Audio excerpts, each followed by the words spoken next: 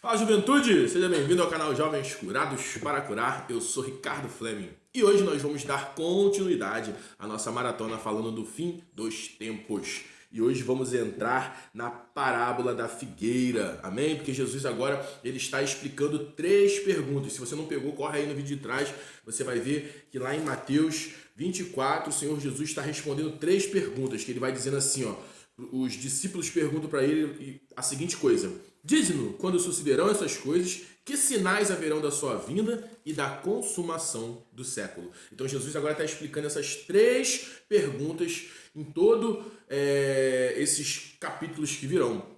E hoje nós vamos falar sobre a parábola da figueira, amém? E aqui é uma parábola cheia de tipologia, e eu amo a tipologia bíblica, porque através da tipologia bíblica você consegue entender tudo aquilo que o Senhor Jesus às vezes colocou em um lugar só, e ali resume Gênesis a Apocalipse, amém? Então, corre aí, pega a sua Bíblia, Mateus 24, nós vamos ler do 32 em diante, amém? E a palavra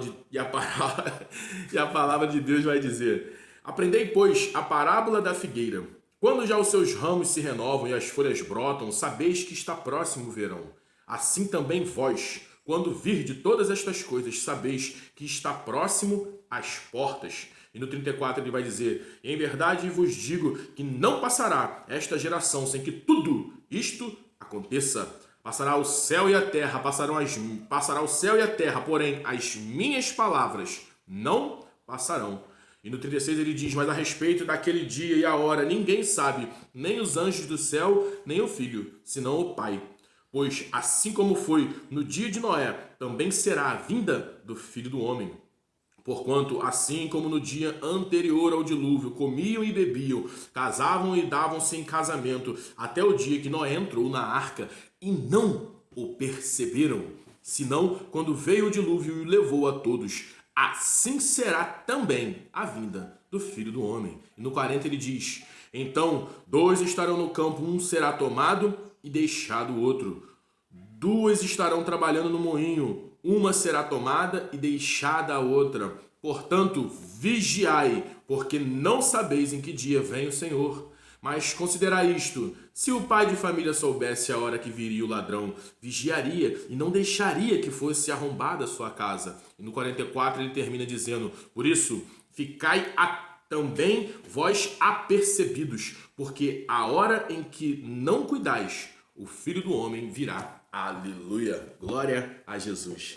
Amém? Então aqui o Senhor Jesus agora ele começa a explicar os sinais da sua vinda. Agora, que vinda é essa, Ricardo? Já que ele falou de 3 perguntas, né? Jesus está respondendo 3 perguntas. Então aqui ele está dizendo, ele está começando através das parábolas a responder a segunda pergunta. Porque qual foi a primeira? Diz-nos, mestre, quando sucederão essas coisas? E a outra é: que sinais haverão da sua vinda?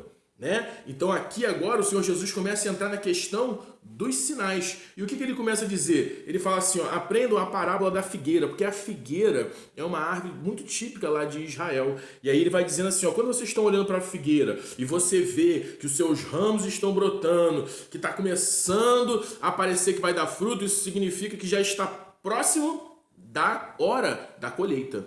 Então Jesus está dizendo, ó: assim também será a minha vinda. Fiquem espertos, porque em verdade eu vos digo que tudo isso que eu estou explicando aqui não vai passar despercebido. Nenhuma das minhas palavras vão ser esquecidas. Tudo que eu estou dizendo para vocês, isso vai acontecer. Então eu quero te perguntar, juventude, se agora a igreja ela é quem está com a missão de entregar os frutos para Jesus, amém? Vocês lembram que nós falamos antes?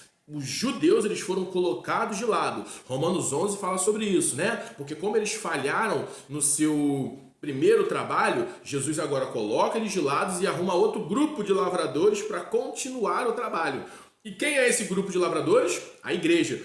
E lá na parábola da vinha, o Senhor Jesus diz que a igreja não falha. Então, se a igreja não falha, o que ele está dizendo aqui? que a igreja vai entregar os seus frutos. A igreja ela é vitoriosa. Você, jovem, aí, você é vitorioso. Por quê? Porque o Espírito Santo habita dentro de você. E esse Espírito Santo ele vai te ajudar a você ser parecido cada vez mais com Cristo Jesus, para quando chegar essa hora você entregar os seus frutos. Então não fica achando aí que você ainda não é capacitado, que você não está bom o suficiente. Ei, eu quero te dizer que quem te santifica é a obra regeneradora da graça. É ela que te capacita, que te empodera para que você seja transformado. Amém? Então para de ficar se achando vítima aí e começa a aprender essas verdades aqui que estão escritas para que você não fique sonolento. E aí olha o que a palavra de Deus vai dizer no 36. Mas ele diz assim, ó, mas a respeito da hora, ninguém sabe. Nem os anjos, nem o Filho, somente o Pai. Então aqui, o que o Senhor Jesus está dizendo? Eu abri mão dos meus atributos divinos, como nós vemos lá em Filipenses, né? Lá em Filipenses vai dizer que Deus não usando por usurpação, né? Ser igual a Deus, mas ele se esvaziou. Esse momento do esvaziar, na tipologia, nós falamos que é o momento da kenócia, onde Deus ele se esvazia de si, para quê? Para poder assumir a forma humana. Então Deus, Jesus, ele era 100% homem, mas também era 100% Deus. Por quê? Porque ele vai dizer lá em Filipenses 2:5, ele vai dizer assim, ó, tendo em vós o mesmo sentimento que houve também em Cristo Jesus, pois ele, subsistindo em forma de Deus, não julgou como usurpação ser igual a Deus. Antes, a si mesmo se esvaziou, assumindo a forma de servo, tornando-se semelhante ao homem, conhecido em figura humana, e a si mesmo se humilhou, tornando-se obediente até a morte e morte de cruz. Aleluia. Então, aqui, Jesus ele se esvazia dos seus atributos divinos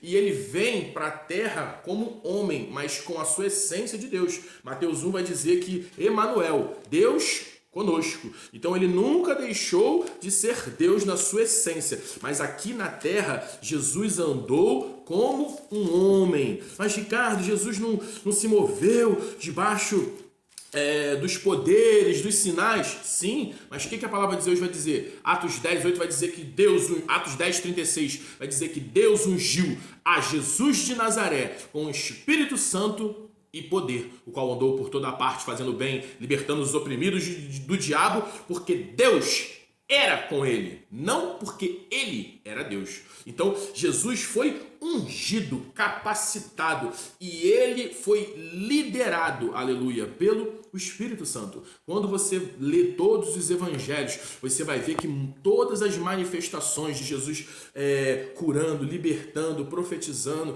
ele era direcionado pelo Espírito Santo. Amém? Você precisa entender essas verdades, porque senão você vai achar que Jesus curou, libertou, porque ele era Deus aqui se movendo na onisciência, na onipresença e na onipotência. Esses três atributos de Deus, ele não usou aqui na terra. Tanto que aqui ele diz assim, ó, nem o filho sabe. Por quê? Porque ele estava desprovido da onisciência, que é a capacidade de saber todas as coisas. Amém? Mas a palavra de Deus depois vai dizer que Jesus, quando ele chega ao céu, ele é revestido de novo da sua glória. E lá sim eu creio que agora, hoje, ele já sabe o dia, a hora que ele vai voltar, porque ele e o Pai são um só. Mas aqui na terra, Jesus andou sendo ungido pelo Espírito Santo. Lá em Lucas também, você vai ver que a palavra de Deus diz que Jesus, depois que ele vai para o deserto e jejua 40 dias e 40 noites, quando ele volta, a palavra de Deus vai dizer assim, ó, Jesus, cheio do poder do Espírito Santo. Porque um pouquinho antes, quando ele sai do Rio Jordão, quando ele é batizado no Espírito Santo. Ele sai cheio do Espírito Santo. Preste atenção, cheio. Mas quando você vira a folha mais um pouquinho depois, ele vai dizer aí Jesus retornando no poder do Espírito Santo. Aí, meu amigo, já era um outro nível de liderança e governo que eu e você precisamos entender e entrar nesse rio. Amém? Vamos voltar para cá. Então, vamos voltar aqui. Então, no 37 ele vai dizer o seguinte: pois assim como foi nos dias de Noé, também será a vinda do Filho do Homem. E aqui já começa a entrar uma tipologia linda e maravilhosa que aqui eu amo, que é da palavra de Deus. O que nós precisamos entender aqui? Como foram os dias de Noé? Ricardo, o que eu devo estudar para esses dias? Ricardo, o que o Senhor quer para a minha vida? Ei, juventude, eu quero te dizer, se você tem que estudar alguma coisa, estude os dias de Noé, porque está vindo, está próximo, cada dia está mais próximo a volta do Filho do Homem, a volta de Jesus. Então aqui eu te pergunto, como foi os dias de Noé? A palavra de Deus vai dizer, preste atenção, Noé, ele constrói a arca. Depois que a arca está pronta, vem a chuva, a arca sobe, Deus faz uma faxina aqui embaixo e depois a arca desce. E assim será também com a sua igreja.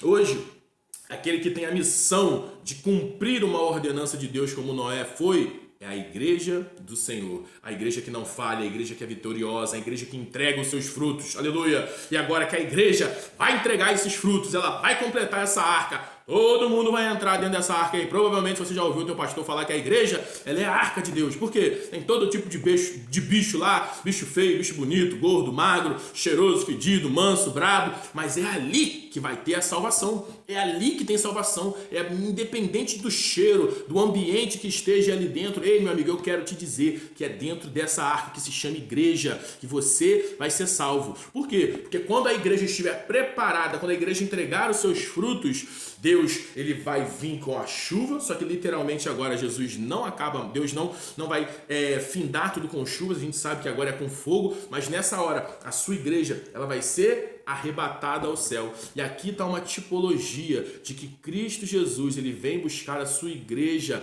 antes da tribulação. Por quê? Porque ele está dizendo, assim como foi nos dias de Noé. Eu quero te perguntar, os bichos ficaram boiando tudo na água, Noé passou 40 dias e 40 noites de boiando, remando, esperando a chuva baixar? Não, Noé estava dentro da arca ali, ó, guardadinho, protegido pelo Senhor. Então, se assim foi como Noé, por que tem muita gente dizendo que a gente vai passar por essa tribulação? Não, eu não consigo enxergar isso. Eu não consigo ver essas verdades através da tipologia bíblica. Se a Bíblia está dizendo que a volta do Filho do Homem vai ser como foi nos dias de Noé, nós temos que entender essas verdades. A arca, ela fechou, ela subiu. Na hora que ela subiu, Deus vai fazer uma faxina aqui embaixo e depois a arca vai voltar. Aleluia. Então assim será a igreja subindo no dia do arrebatamento, como 1 Tessalonicenses 4 diz. Deus agora durante um tempo, 2 tempos e metade de um tempo, né? Ou 3 anos e meio, 3 anos e meio, ele vai fazer uma faxina aqui embaixo na terra. E depois a Bíblia diz que todo olho verá e nós viremos com ele na glória do alto para poder reinarmos sobre a terra. E aí sim virá o período do milênio. Então, meus amados, eu quero te dizer que esse Jesus, ele vai voltar, amém? Mas mais importante, Ricardo, eu não creio nisso, eu creio que ele volta no meio, eu creio que ele volta no final, não, eu creio que nem você, ele volta no início. Eu quero te dizer que o mais importante é que você esteja preparado. Ou ele volta na primeira, ele volta primeiro, volta no meio ou volta no final. Então você tem que entender essas verdades. Esteja preparado para qualquer uma delas. Eu creio dessa forma. Mas se ele não vier me buscar primeiro, eu vou estar pronto para que ele me busque no meio, ou eu vou estar pronto para que ele me busque no final. O importante é estarmos preparados. Amém? E no 38 ele vai dizer assim, ó, porque assim também como nos dias anteriores ao dilúvio, comiam e bebiam, casavam e davam-se em casamento, até o dia que Noé entrou na arca, e não o perceberam. E aqui vai ficar uma explicação muito clara para você, jovem, que de repente está achando que se não subir na primeira, você pode subir na segunda. Porque eu não sei de onde que inventaram esse negócio de que o crente que já aceitou Jesus e que agora faz parte do corpo de Deus e que se ele não sobe na primeira vinda, ele vai subir na segunda. Para mim isso é como se fosse um purgatório gospel, né? Porque a mesma coisa que a Igreja Católica criou, inventou, porque não existe isso na Bíblia, dizendo que você vai dar uma purgadinha ali e depois você vai para o céu, isso atropela, isso daí negligencia tudo aquilo que a palavra de Deus ensina, porque Deus ele está nos afirmando que nós devemos viver uma vida de obediência a Ele. E agora dizem que se você não subir na primeira, você sobe na segunda. Isso daí é heresia, meu amigo. Isso daí é totalmente contrário ao que a palavra de Deus vai dizer, porque ele está dizendo aqui, ó, que muitos que estão em volta não irão perceber. Amém? E ele vai dizer, senão quando veio o dilúvio e levou a todos, assim será também a vinda do Filho do Homem. E no 40, 41, 42, ele vai dizendo assim, tanto que vai ser um tomado e o outro deixado. Um vai estar no trabalho, vai ser levado, e o outro vai ser deixado. Um vai estar dormindo e o outro durante o sono, um vai ser tomado e o outro vai ser deixado. Então, isso aqui nos explica a importância de estarmos preparados. A igreja não pode ficar desapercebida. Eu consigo enxergar por toda a Bíblia orientações claras e diretas de Jesus e dos seus apóstolos, dizendo que, ei, cabeção, presta atenção, você tem que estar preparado. Tanto que no 42 ele diz, portanto, vigiai. Então, para que tanta orientação para vigiar, ficar atento, não ficar despercebido? Porque se você não sobe na primeira, você pode subir na segunda. Eu não consigo entender isso. Para que Jesus pediria santificação agora? Para que você possa estar com ele na glória, se depois você, foi levando essa vida aí bagunçada mesmo, cheia de prostituição, bebedeira, bagunça, totalmente ao contrário da palavra de Deus, e no final, na segunda vez, Jesus vem e você se salva pelo seu sangue derramado. Ei, cabeção, eu quero te dizer uma coisa, Romanos 5, 6, 7, 8, vem falando só do pecado original, da queda. O homem, ele nunca conseguiu se salvar sozinho pelo seu sangue, mas agora estão querendo criar uma teologia que você, através do seu sangue, se salva no final. Eu não consigo acreditar nessas verdades. Amém? Então que você aprenda isso. O Senhor Jesus, Ele te dá hoje a oportunidade de você se reconciliar com Ele. De você falar, ei Senhor, eu quero voltar como aquele filho pródigo. Senhor, eu não estou bem, eu abandonei o primeiro amor. Então eu quero retornar ao primeiro amor. Então lembre-se de onde você caiu, arrependa-se e volte ao primeiro amor, como Apocalipse 2, versículo 3, a palavra de Deus começa a nos explicar, quando o Senhor Jesus começa a escrever essa carta para a igreja de Éfeso, porque a igreja ela precisa acordar, a igreja precisa despertar para essas verdades. Então eu estou aqui, juventude, colocando isso no seu coração, colocando pilha para que você não viva de qualquer jeito, de qualquer forma ou de qualquer maneira. Participe, seja um jovem avivado, tenha relacionamento com a sua Bíblia, volte a orar, volte a jejuar, busque ao Senhor, domine esse homem interior que está dentro de você e que de repente já não está nem mais nessa cruz aí, já está solto, tomando conta de tudo, liderando novamente seu corpo. Amém? Que a palavra de Deus vai dizer em Colossenses 3 que você deve subjugar o velho homem. O velho homem não pode voltar ao controle. A Bíblia diz se despindo do velho homem e se revestindo do novo. Tem gente que está tirando a roupa do novo e está botando de novo a roupa do velho, deixando ele assumir o controle novamente. Gálatas 5,16 fala sobre essa luta que o Espírito tem contra a sua carne. Então você precisa entender essas verdades. Para quê? Para que quando chegar esse grande dia, aleluia,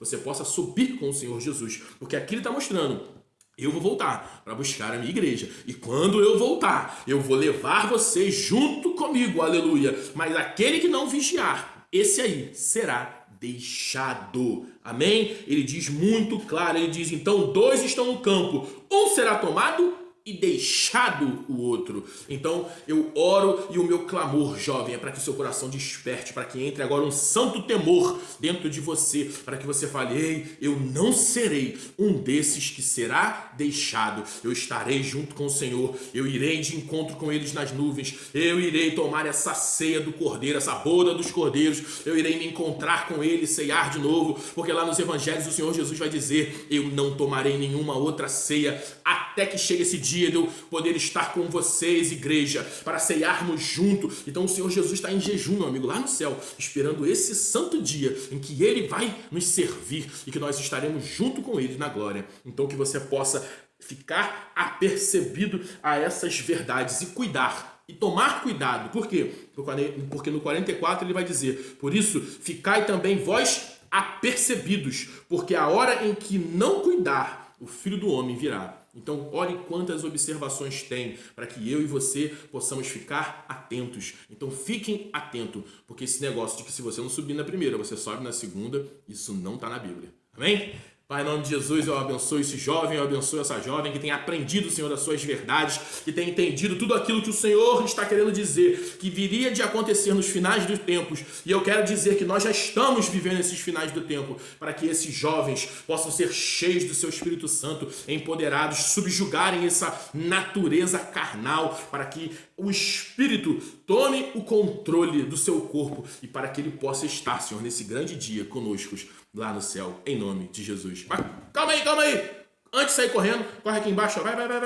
Dá um like aqui, deixe seu comentário, compartilha esse vídeo aí no grupo de amigos para que outros jovens possam também receber essa palavra. Amém?